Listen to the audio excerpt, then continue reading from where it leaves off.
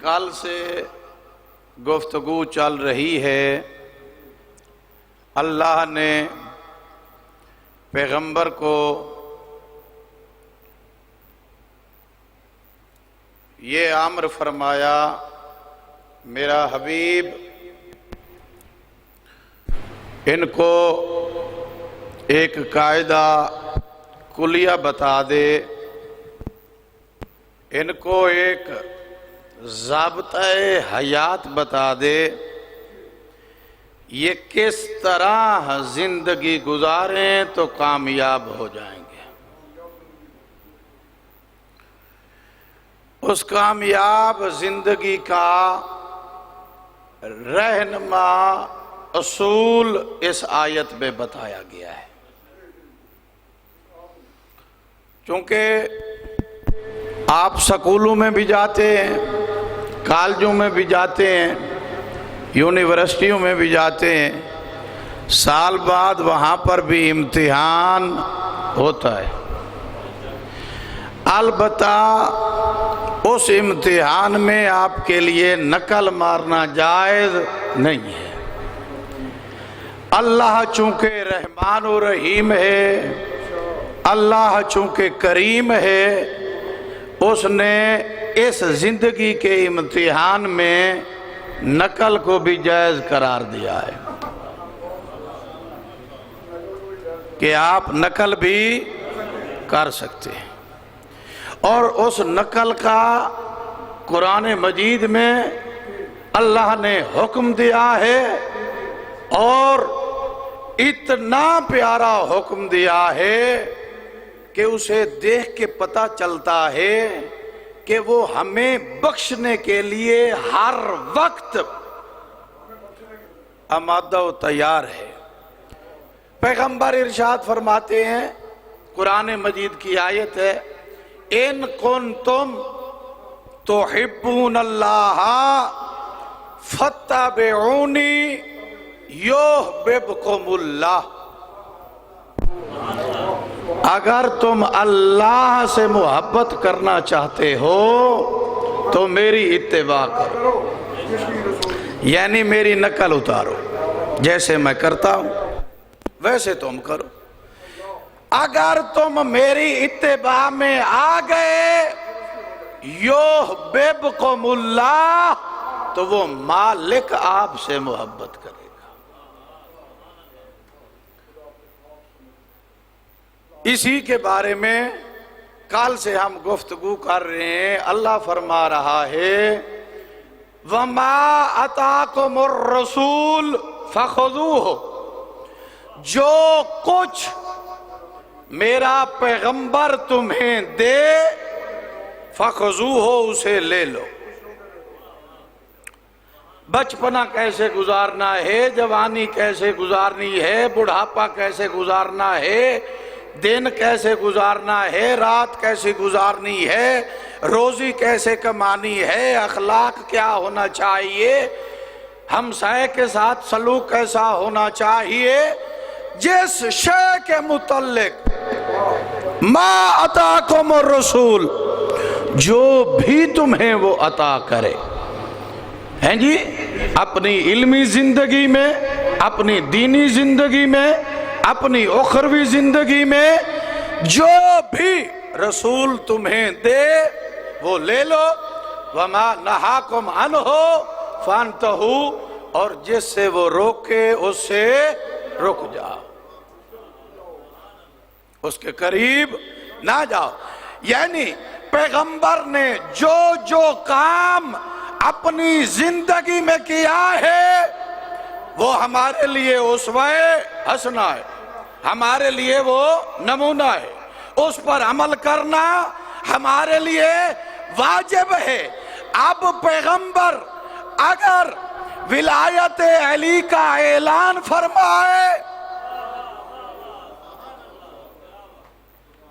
میدان غدیر سجائے، چونکہ عالم اسلام کی تاریخ میں لفظ کن تو، کاف نون اور تے، لفظ کن تو 3 مرتبہ استعمال ہوا ہے۔ ایک دفعہ توحید کے لیے استعمال ہوا ہے، ایک دفعہ نبوت کے لیے استعمال ہوا ہے، اور ایک دفعہ امامت کے لیے استعمال ہوا ہے۔ لفظ بھی اللہ نے ایک رکھا ہے۔ جب اپنے لیے استعمال کیا تو فرمایا کن تو کنزن مخفیہ، میں چھپا ہوا خزانہ تھا، فاحببت ان اعرف، میں نے چاہا کہ مجھے بھی کوئی جاننے والا ہو، مجھے بھی کوئی پہچاننے والا ہو، فخلقتک یا محمد، تو اے محمد ہم نے تمہیں خلق فرمایا۔ یہاں پر لفظ کن تو توحید کے لیے استعمال ہوا، خالصتاً وحدانیت کے لیے استعمال ہوا ہے، اور اسی لیے پیغمبر بھی ارشاد فرماتے ہیں کہ لولا انا وعلی ما عبد اللہ ما عرف اللہ، کہ اگر اس کائنات میں اور علی نہ ہوتے، نہ اللہ کی معرفت ہوتی، نہ اس کی عبادت ہوتی۔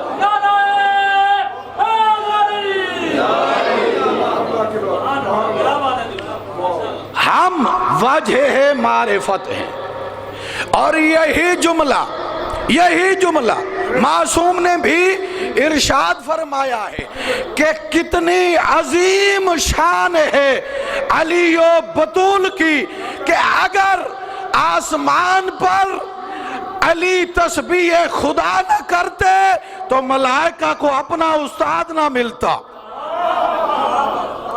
ملائکہ کو تسبیح خدا کا پتہ ہی نہ چلتا، ملائکہ کو تقدیس تحلیل خدا کا علم ہی نہ ہوتا، اور اگر زہرا زمین پہ تسبیح نہ کرتی تو انسانیت کو تسبیح کا شعور ہی نہ۔ دوسری مرتبہ لفظ کن تو استعمال ہوا ہے نبوت کے لیے۔ پیغمبر نے ارشاد فرمایا ہے کن تو نبیان و آدم و بین الماء و تین، میں اس وقت بھی نبی تھا جب آدم مٹی اور پانی کے درمیان خمیر تھا، میں اس وقت بھی تھا۔ تو پیغمبر نے مقام ولایت پہ جب اعلان کیا ہے، دو چیزوں کو مد نظر رکھیں، عالم اسلام کی تاریخ میں مجمع دو مرتبہ اکٹھا ہوا ہے۔ ایک دفعہ مجمع اکٹھا کیا ابو طالب نے ہے، حوالے نبی احمد مصطفیٰ کے کیا ہے۔ آج غدیر میں مجمع اکٹھا محمد نے کیا ہے، مگر حوالے علی کے کر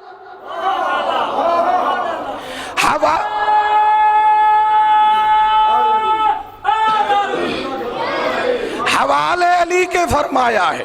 یہاں پر بھی وہی لفظ استعمال کیا ہے جو توحید کے لیے، جو نبوت کے لیے استعمال ہوا تھا۔ پیغمبر نے ارشاد فرمایا من کنت مولا ہو فہذا علی مولا،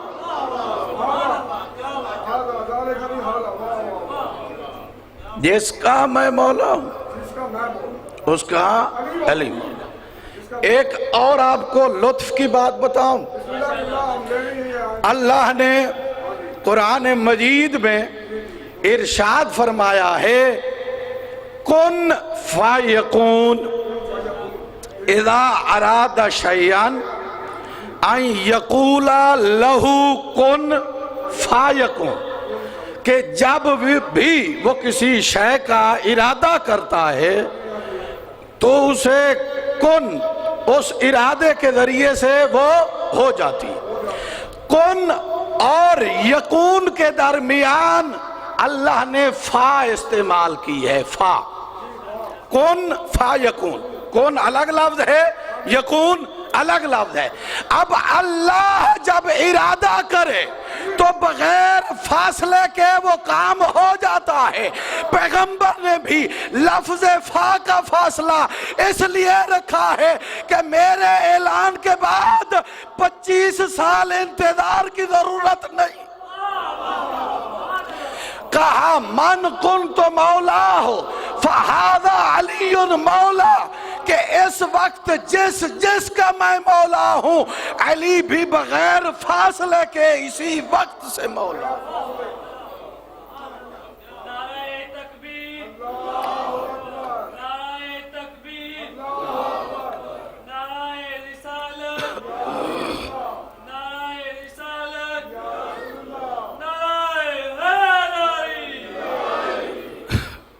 متوجہ ہوئے آپ؟ جو کچھ میرا رسول تمہیں دے اسے لے لو۔ اگر کسی کو بلا کے اپنے پاس بٹھائے تو سمجھو وہ رسول کا محبوب ہے۔ اگر کسی کو کہے قوموا عنی، مجھ سے دور ہو جاؤ، وہ رسول کا مبغوض ہے، وہ محبوب نہیں ہو سکتا۔ اور پیغمبر نے ہمیں یہ حکم دیا ہے کہ دیکھو میں نے تمہیں حسن عقیدہ کا حکم دیا ہے، حسن عمل کا حکم دیا ہے، حسن اخلاق کا حکم دیا ہے، حسن معیشت کا حکم دیا ہے، حسن معاشرت کا بھی حکم دیا ہے۔ جو حسن عمل ہے ہم نے اسے مختلف اقسام میں تقسیم کیا ہے۔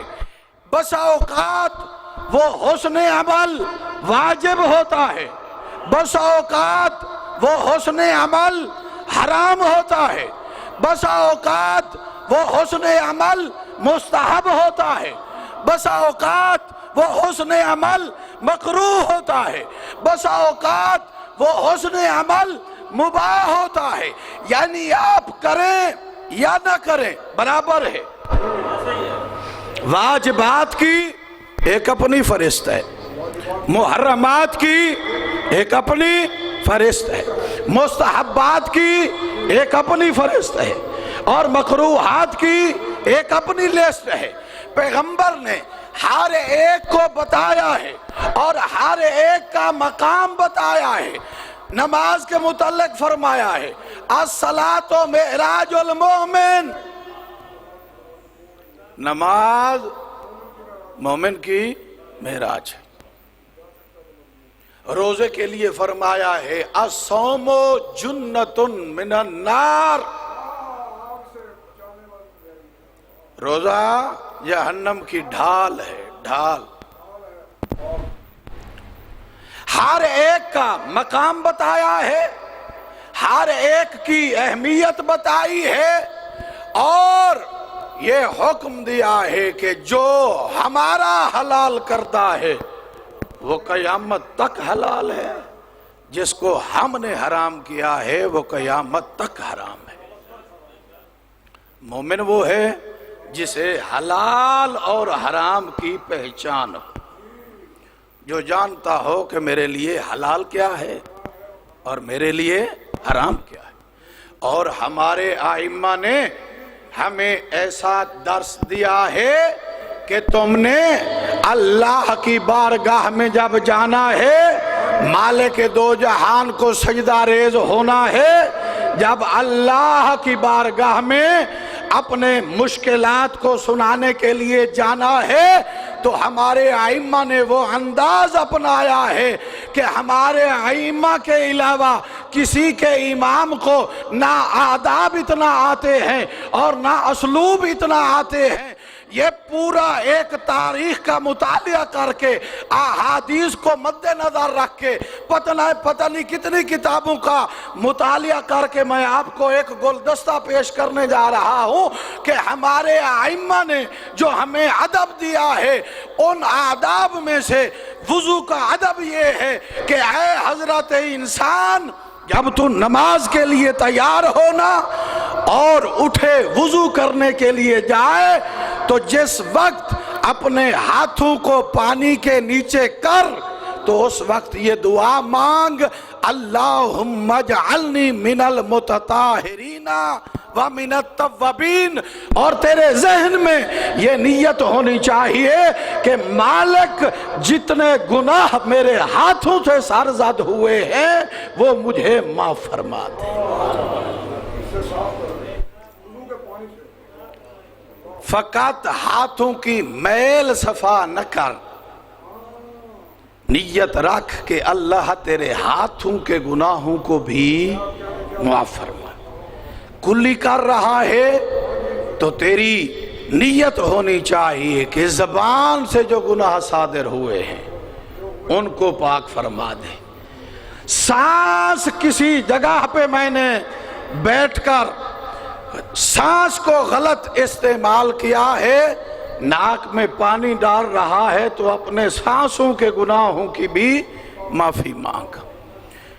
اور جب چہرے پہ پانی ڈال رہا ہے تو چہرے پہ تیری آنکھیں بھی ہیں اور تیرا چہرہ، تیرے رخسار بھی ہیں، اپنے چہرے کے گناہوں کی معافی مانگ اور اللہ سے دعا کر، اللہم بیض وجہی یوم تسود وجوہ الناس، مالک میرا چہرہ اس دن روشن رکھنا جس دن لوگوں کے چہرے سیاہ ہوں گے۔ درود بھیجیے بوالے پر۔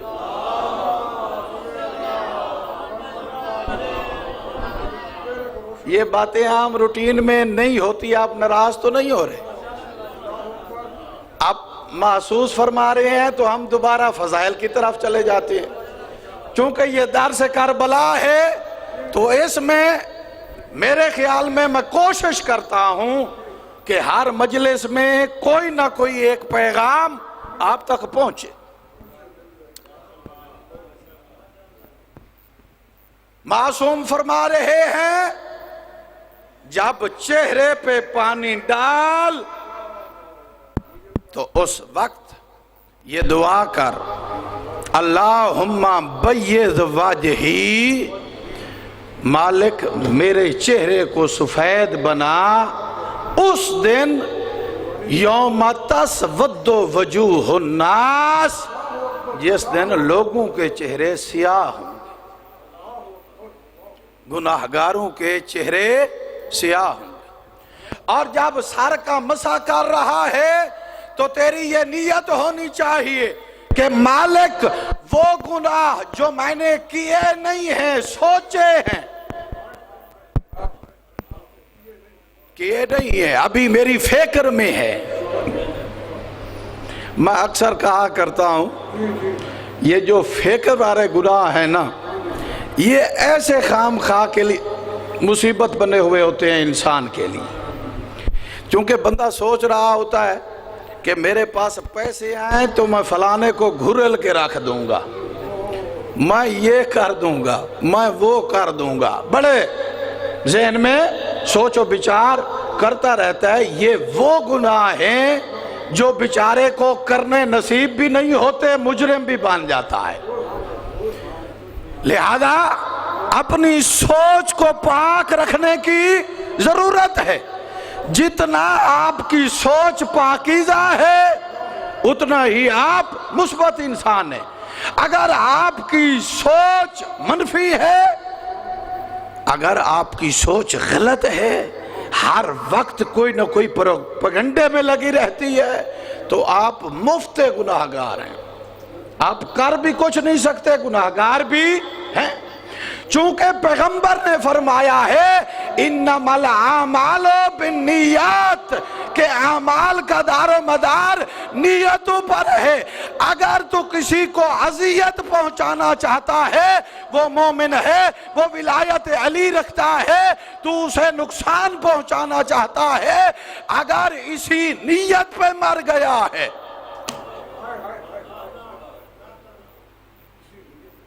آپ نے متعدد بار سنا ہوگا کہ پیغمبر ایک جنگ پہ جا رہے تھے، ایک صحابی رسول شہید ہو گئے، دوسرا صحابی احمد مختار کو آ کے عرض کرنے لگا، آقا یا رسول اللہ فلاں صحابی شہید ہو گیا ہے۔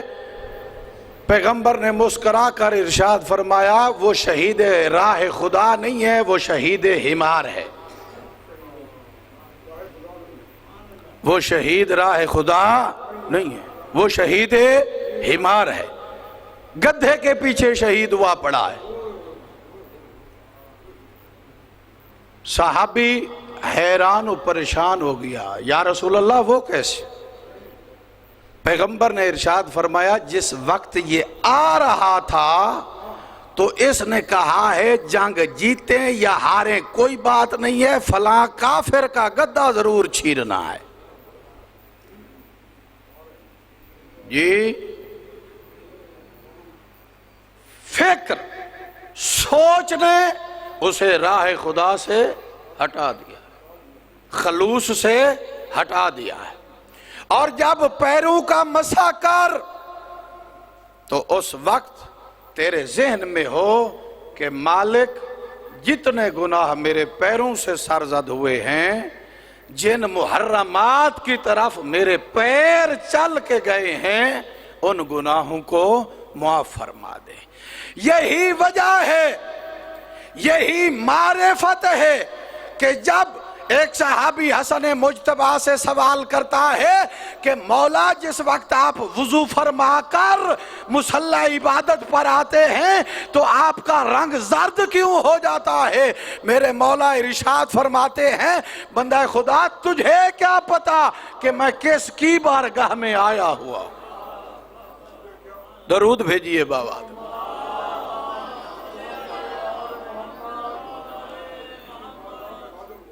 متوجہ ہوئے ہیں آپ؟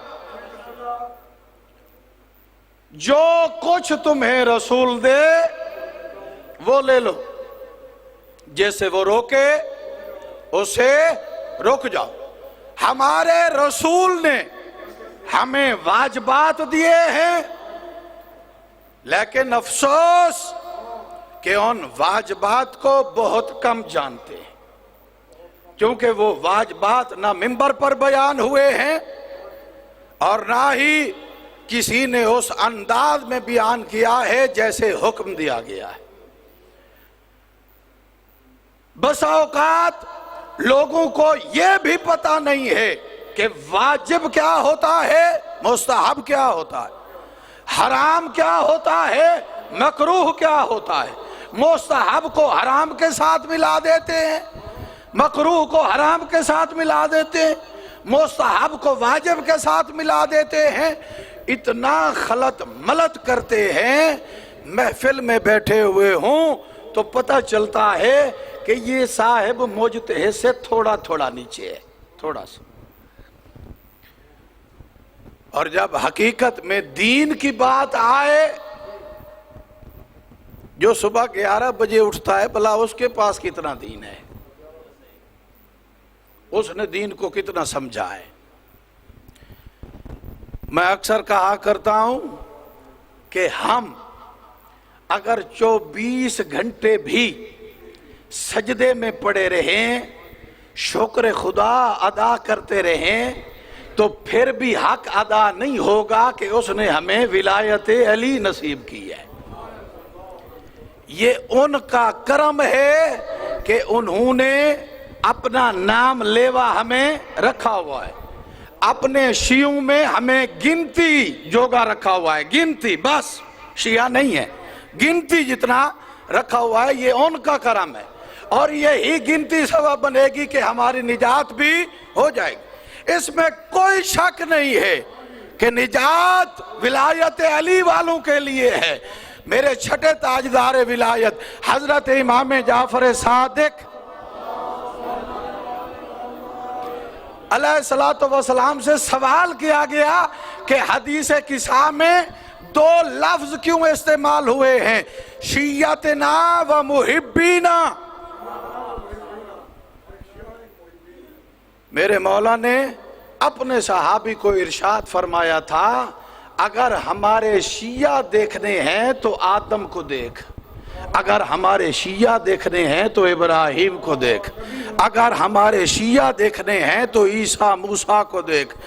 تم جو دنیا میں ہو تم ہمارے محب ضرور ہو، ہمارے شیعت کے مقام پر نہیں پہنچ سکتے۔ ساتھ ہی میرے چھٹے امام نے ایک عظیم ترین جملہ ارشاد فرمایا، میرے مولا نے ارشاد فرمایا، ایک زمانہ وہ آئے گا جب ہم میں سے کوئی ظاہر نہیں ہوگا، ہمارا 12واں غیبت میں ہوگا اور ہمارے شیعہ ہماری پہچان کا ذریعہ ہوں گے۔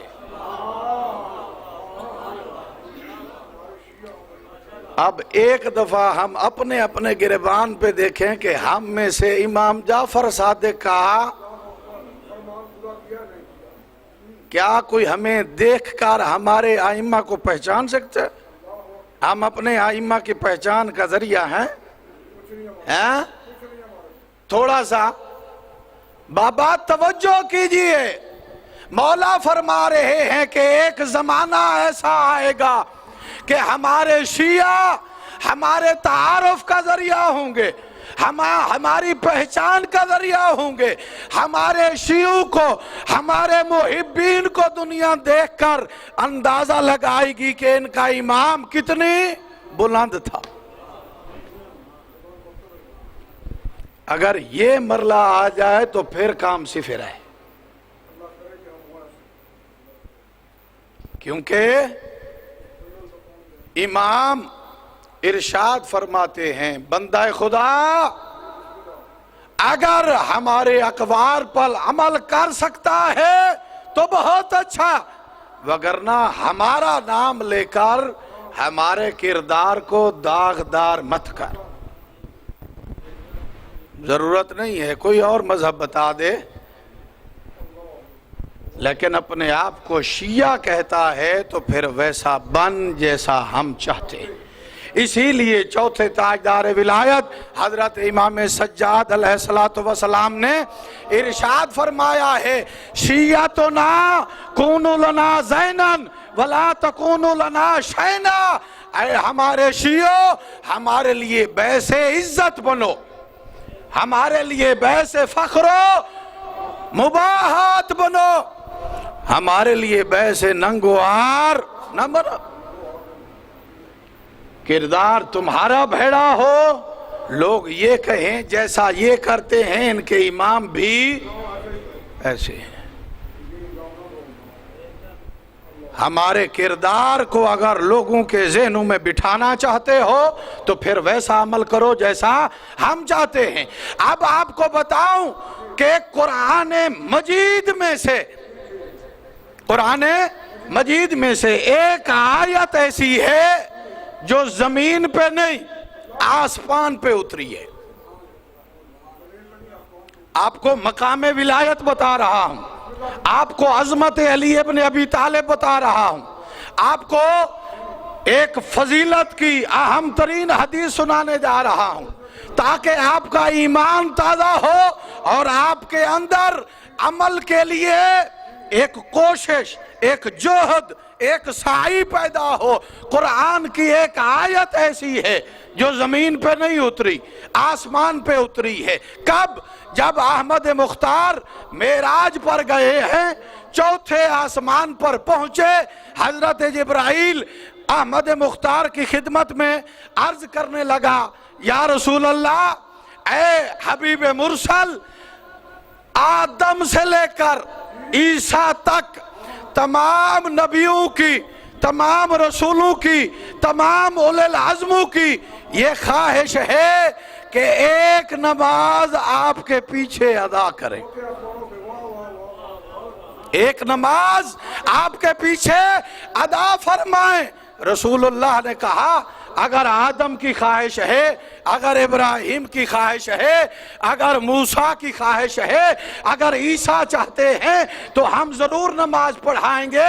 پیغمبر نے مصلی عبادت سنبھالا، جبرائیل جیسے فرشتے نے آذان کہی، اقامت کہی، پیغمبر نے نماز پڑھائی۔ نماز پڑھانے کے بعد یہ آیت قرآن مجید کی اتری، اے میرا حبیب ان سے پوچھ تو صحیح کہ تمہیں نبوت کیسے ملی ہے، تمہیں نبوت کیسے ملی؟ تو آدم آدم سے لے کر عیسیٰ تک تمام انبیاء نے یک زبان ہو کر یہ عرض کیا یا رسول اللہ اے محمد ابن عبداللہ ہم نے لا الہ الا اللہ پڑھا ہم نے محمد رسول اللہ پڑھا مگر نبوت اس وقت ملی رسالت اس وقت ملی جب ہم نے ولایت علی کا اقرار کیا نعرہ تکبیر نعرہ رسالت نعرہ حیدری میں یہ ہاتھ مان کے ولایت کی طرف اشارہ کروں قبلہ نے کہا میں نے جو ولایت علی کا منکر ہے جہنم میں جائے گا نعرہ حیدری نعرہ علی نعرہ علی نعرہ تلوار مل کے مومن سارے وہ بلندی ہے علی وہاں کوئی جا نہیں سکتا ہر کسی کے طرف میں مولا علی سما نہیں کہ علی کو جانتے ہیں خدا اور رسول وہ علی منافق کے سمجھ میں آئے پانچ زبانوں میں یہ نام نہیں آ سکتا نعرہ حیدری اللہ نے وہ مقام عطا فرمایا علی ابن ابی طالب کو کہ ایک حدیث میں موجود ہے اور تاریخ کی کتابوں میں موجود ہے کہ حضرت ابراہیم خلیل اللہ ہیں تین امتحان دیے ہیں اپنے مال کا بھی امتحان دیا ہے اپنی اولاد کا بھی امتحان دیا ہے اپنی جان کا بھی امتحان دیا ہے بیت اللہ بھی بنایا ہے بیت اللہ بنانے کے بعد حضرت ابراہیم نے سجدہ کیا اور اللہ سے دعا مانگی کہ مالک میری ذریت سے بھی امامت کو قرار دینا اللہ نے ارشاد فرمایا کہ تیری ذریت سے امامت ہوگی مگر یہ عہدہ ظالم کو نصیب نہیں ہوگا ابراہیم نے رات کے اندھیرے میں آسمان کی طرف دیکھا اور کچھ ستارے چمکتے ہوئے نظر آئے ابراہیم نے سوال کیا مالک یہ کون ہے کہا یہ نور محمد ہے یہ نور علی ہے یہ نور حسن ہے یہ نور حسین ہے یہ چھوٹے چھوٹے ستارے کون ہے کہا یہ علی کے شیعہ یہ علی کے شیعہ ہیں اسی وجہ سے میرے مولا نے ارشاد فرمایا تھا شیعتنا خلق من فاضل طینتنا شیعہ ہماری اضافی طینت سے بنا ہے اس وقت ابراہیم سجدے میں گرا اور یہ دعا مانگی اللہم اجعلنی من شیعت علی ابن ابی طالب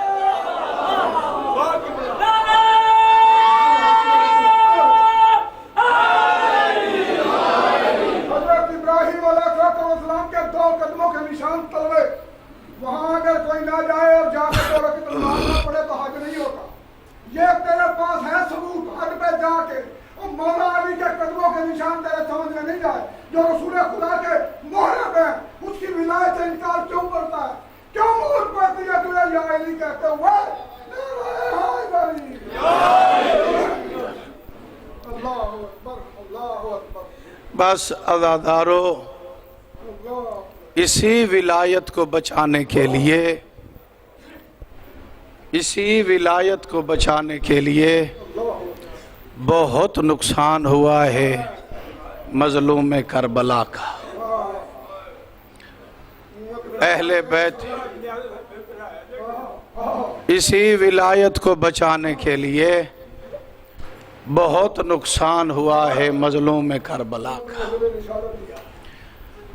آج 6 محرم الحرام ہے 4 دن کا مہمان ہے اکبر کا بابا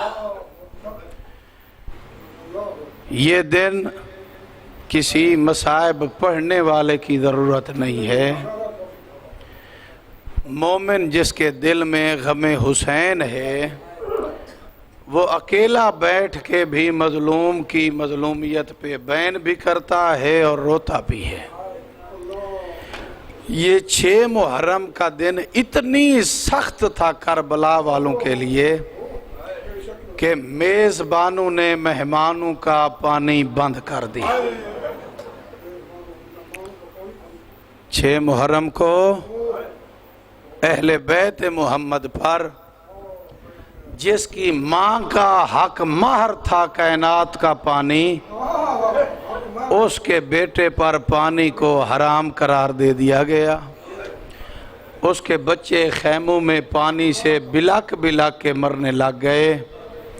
ہر طرف سے العطش کی آوازیں آنے لگ گئیں۔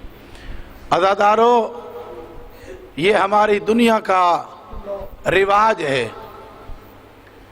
اگر کسی عورت کا شوہر انتقال کر جائے نا، اس کا چھوٹا سا بچہ ہو جسے وہ انتہائی محنتوں کے ساتھ پالے، اگر باہر لڑائی جھگڑا ہو رہا ہو نا تو وہ اپنے بچے کو گھر سے بھی باہر نہیں جانے دیتی۔ کیا عجیب مائیں ہیں کربلا کی، جو اپنے بیٹے کو سامنے بٹھا کر 3 سال کا سن تھا جناب قاسم کا جب امام حسن کی شہادت ہوئی ہے، 10 سال پالتی رہی ہے ام فروا جناب قاسم کو، اور 10 محرم کی رات یہ فرما رہی تھی کہ قاسم، اگر تیرے لاشے کے ٹکڑے واپس آئے تو میں فخر کروں گی۔ عزادارو، 10 محرم میں نے ایک بہت بڑے عالم دین سے یہ جملے سنے تھے کہ کربلا میں ہر بندہ شہادت کے لیے اتنی بے چین کیوں تھا؟ ایک دوسرے پہ سبقت لے رہے تھے اور ہر ایک کی کوشش تھی کہ میں پہلے جاؤں۔ تو انہوں نے ارشاد فرمایا تھا، وجہ یہ تھی کہ کربلا میں حالات، واقعات ایسے تھے کہ زندگی مشکل تھی، موت آسان تھی۔ کیوں؟ کیونکہ جب کوئی شہید آتا تھا نا، تو جب سیدہ شریکت الحسین سیدادیاں جب بین کیا کرتی تھیں، امام حسین جب آنسو بہا کے شہید کی میت پہ یہ کہتے تھے کہ واہ میری غربت، تو جتنے سنتے تھے ان کا زندہ رہنے کا دل نہیں کرتا تھا کہ جتنی جلدی ہو جائے اللہ کی راہ میں شہید ہو جائے۔ عزادارو، 13 یا 14 سال کا سن ہے جناب امیر قاسم کا، مظلوم کربلا کی خدمت میں آیا ہے کہ چچا جان مجھے اجازت دیں، میں میدان کارزار میں جانا چاہتا ہوں، آپ کا دفاع کرنا چاہتا ہوں۔ میرے مولا نے قاسم کی پیشانی پہ بوسہ دیا اور کہا، قاسم تو میرے بھائی حسن کی نشانی ہے، میرے بھائی حسن کی شکل و صورت ہے، میں تجھے روانہ نہیں کر سکتا۔ کہا، چچا آپ کے باقی اصحاب بھی تو چلے گئے ہیں نا، باقی بھائی بھی تو چلے گئے ہیں نا، باقی بھتیجوں کو تو آپ نے بھیجا ہے نا، میں بھی ایک بھتیجا ہوں، مجھے بھی بھیج دیں۔ امام مظلوم کربلا نے حسن کو اپنے گلے لگایا۔ تاریخ میں لکھا ہے کہ بہت روئے ہیں مظلوم کربلا۔ کیوں؟ جانتے تھے کہ ابھی میرے سامنے کھڑا ہے تو قاسم ہے، میدان میں جائے گا تو تقسیم ہو جائے گا۔ قاسم مایوس ہو کے اپنے خیمے میں واپس آیا ہے، بیٹھ کے رو رہا تھا، اپنا سارے اقدس زانوں پر رکھا ہوا تھا۔ اجرکم اللہ، خدا آپ کے گناہوں کو معاف فرمائے۔ مظلوم کربلا کے غم میں رونے سے کبیرہ کبیرہ گناہ معاف ہوتے ہیں، رسول کی بیٹی راضی ہوتی ہے، تیرا وقت کا امام راضی ہوتا ہے، ایسے رویا کر جیسے اپنوں پہ کوئی روتا ہے۔ عزادارو، جناب قاسم کی ماں آئی، پوچھا کیا وجہ ہے، قاسم کیوں رو رہا ہے، زانوں پہ سر رکھا ہوا ہے اور اتنی زور سے رو رہا ہے، بھلا جوان بھی ایسے روتے؟ قاسم نے رو کر کہا، باہر جاتا ہوں چچا اجازت نہیں دیتے، گھر داخل ہوتا ہوں تو ماؤں اور بہنوں کے بہن سکون نہیں کرنے دیتے، میں کہاں جاؤں؟ جناب ام فروہ نے جناب قاسم کو اٹھایا، مظلوم کربلا کے خیمے میں لے آئی۔ مظلوم کربلا نے اٹھ کر استقبال کیا اور فرمایا مجھے حکم دیا ہوتا میں آپ کے خیمے میں آپ آ جاتا، آپ نے کیوں زحمت کی ہے، میرے پاس کیوں تشریف لائی ہے؟ جناب ام فروہ نے جناب قاسم کے بازو پہ ایک بندھا ہوا تویز وہ کھولا اور امام حسین کو پیش کیا۔ بس عزادارو، یہ امام حسن کی لکھی ہوئی تحریر جوں ہی مظلوم کربلا نے دیکھی نا، آنسوں بادل بن کے بہنے لگے۔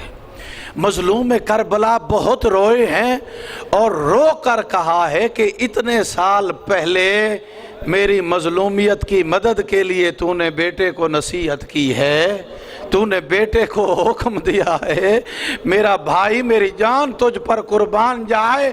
پھر حسن مجتبیٰ کے بیٹے قاسم کی طرف دیکھا اور ارشاد فرمایا کہ جاؤ اپنا لباس جنگی پہن کے آؤ اور اسلحہ لے کر آؤ میں تمہیں اجازت دیتا ہوں۔ جناب قاسم لباس جنگی اور لباس اسلحہ اٹھائے خیمے سے باہر آئے۔ میرے مولا نے جناب قاسم کا امامہ اتارا، اس کے دو حصے کر دی، ایک کے ساتھ امامہ باندھا اور ایک کا کفن بنا دیا، اور پھر جناب قاسم کے لباس کو سامنے سے اور پیچھے سے دونوں دامن پھاڑ دیے اور کہا اب جاؤ اپنی ماں سے آخری الوداع کر کے آؤ۔ جناب قاسم جب دوبارہ خیمے میں آئے نا تو قاسم کی حالت دیکھ کر یہ ساری سیدات، ساری ہاشمیات یہ ماتم کرنے لگی اور رونے لگی کہ قاسم تجھے جیتے ہوئے کفن کس نے پہنا دیا ہے؟ قاسم یہ تاۃ الحنک کس نے پہنا دی ہے؟ کہا چچا نے ایسا کیا ہے۔ بس عزادارو، جناب قاسم میدان کارزار میں آئے، یہ دشمن کی روایت ہے، دشمن یہ اقرار کر رہا ہے کہ ہم نے دیکھا جیسے 14ویں کا چاند چمکتا ہے نا، اسی طرح کا 14 سال کا ہاشمی نوجوان گھر سے باہر نکلا اور اس نے للکارا فوج اشقیاء کو، اور ایک بدبخت نے کہا کہ اسے میں قتل کروں گا۔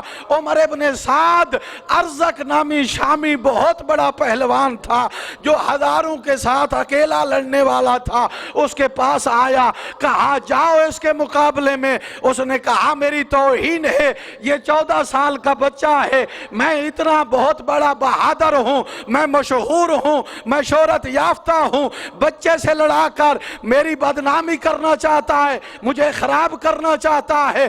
اس وقت عمر ابن سعد نے کہا ارے ارزق تمہیں پتہ نہیں ہے کہ اس کے پہلو میں علی کا دل دھڑک رہا ہے، تجھے پتہ نہیں ہے اس کے پہلو میں حسن مجتبیٰ کا دل دھڑک رہا ہے، تو ہاشمیوں کی غیرت کو جانتا جو نہیں ہے، تو ہاشمیوں کی بہادری کو جانتا تو نہیں ہے۔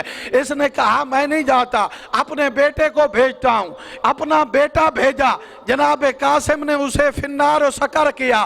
دوسرا بیٹا بھیجا، جناب قاسم نے فنار و سکر کیا۔ تیسرا بھیجا، واصل جہنم ہوا۔ چوتھا بھیجا، واصل جہنم ہوا۔ اس کے بعد یہ خود آیا میدان کارزار میں۔ جناب قاسم کو اس نے دھوکہ دینا چاہا۔ جناب قاسم نے کہا اتنا بڑا مشہور ہو کر تیرے گھوڑے کی لجام درست نہیں ہے، یہ جھکا دیکھنے کے لیے۔ جناب قاسم نے سر پہ وار کیا، یہ بھی فنار و سکر ہوا۔ جناب قاسم کو پیاس محسوس ہوئی، آئے واپس خیمے کی طرف۔ طرف رو کر کہا یا اماں العطش قد قتل علی، چچا جان پیاس نے قاسم کو مار دیا ہے، قاسم اب جنگ نہیں لڑ سکتا، قاسم کا جسم کمزور ہو گیا ہے۔ میرے مظلوم کربلا نے اپنی انگشتری اتاری، جناب قاسم کے منہ میں رکھی، ایسے محسوس ہوا کہ جنت سے کوثر پلایا ہے بابا نے، جنت سے کوثر پلایا ہے دادا نے۔ بس عزادارو قاسم واپس آئے اور لشکر اشقیاء کے بالکل قلب میں پہنچ گئے، جنگ کر رہے تھے کہ ایک بدبخت نے پھر دھوکہ دیا، کہنے لگا قاسم تو جنگ کر رہا ہے، تیرے خیموں کو ہم نے آگ لگا دی ہے۔ بس قاسم کا مڑ کر دیکھنا تھا، ایک ظالم نے گرز مارا، دوسرے نے نیزہ مارا، قاسم فوج اشقیاء کے تیروں اور تلواروں کی زد میں آ گیا۔ بس عزادارو قاسم زین سے گر رہے تھے اور سلام کیا، السلام علیکہ یا اماں، او چچا اس یتیم بھتیجے کا آخری سلام ہو۔ مقتل میں لکھا ہے کہ مظلوم کربلا نے اتنے بندوں پر حملہ کسی شہید کی لاش پر جاتے ہوئے نہیں کیا جتنا قاسم کے لاشے پہ جاتے ہوئے کیا ہے۔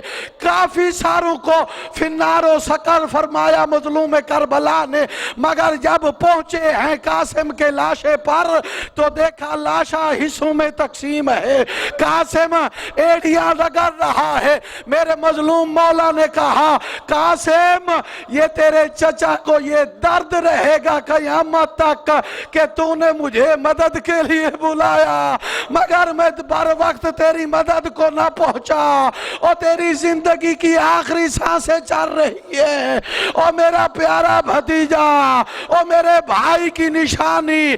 بس عزادارو مظلوم کربلا نے قاسم کے لاشے کو اپنے سینے سے لگایا، قاسم کے پیر زمین کربلا پہ خط کھینچ رہے ہیں، اپنے خیام میں پہنچے، ادھر قاسم کا لاشا ہے، ادھر اکبر کا لاشا ہے، رکھ کے درمیان میں بیٹھے ہیں مظلوم کربلا۔